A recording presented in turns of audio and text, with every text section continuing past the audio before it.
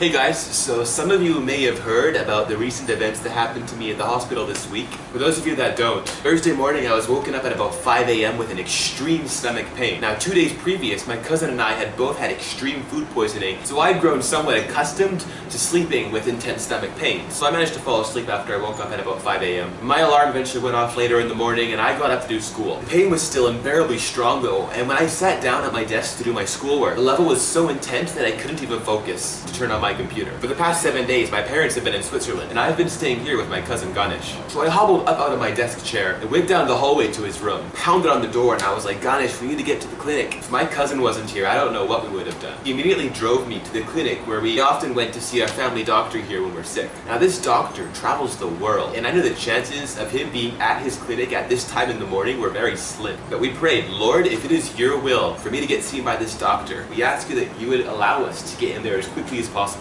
It just so happens he was in the country and at his clinic. There was a huge line of people waiting there, but they rushed me in as soon as they could. They filled the needle with painkillers and shot me in the side. And I remember them saying, if the pain goes away after this, you can go home. After a time of about 15 minutes, the pain only got worse. So they sent me off to emergency, where the doctors gave me another shot of painkillers. At this point, I'm still moaning and groaning on the bed, trying to do anything I can to lessen the pain. It was really cold in the hospital, so they gave me a blanket.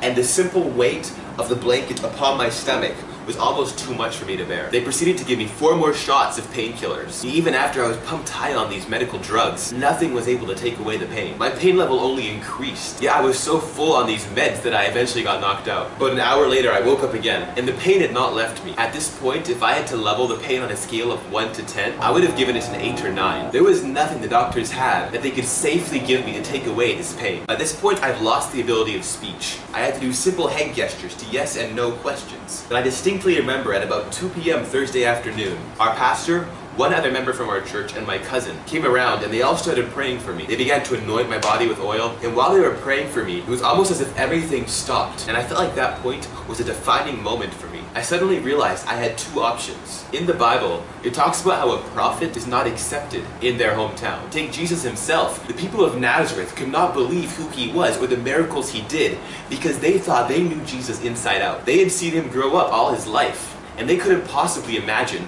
that he could do anything out of the ordinary, anything they hadn't already seen. These 3 guys were praying for me in my hospital bed, and at first I'd felt like, okay, they'll pray for me, and then the pain will continue. But at least they prayed, right? It was then that God told me, don't belittle the prayers of these individuals just because you think you know who they are.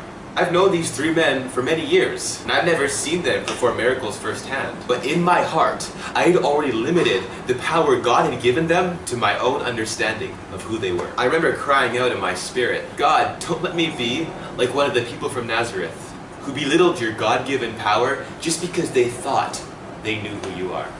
These 3 men only spent about 5 minutes laying their hands on me and praying for my healing. But in just those 5 minutes, my pain level went from an 8 out of 10 down to a 3. And in 5 more minutes after that, my pain had gone down to a 2. God had allowed these 3 men, who I thought I knew inside and out, to accomplish something that 6 doses of medical injections could not. It was then that I knew that God had taken away my sickness.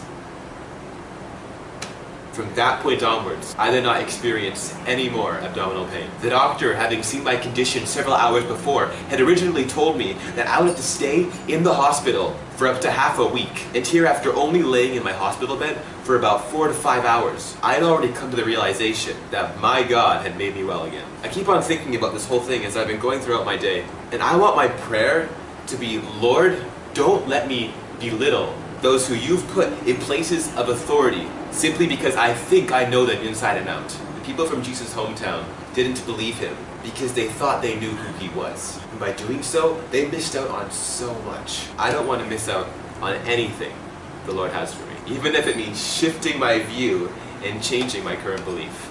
Bless you guys, and we'll see you next time.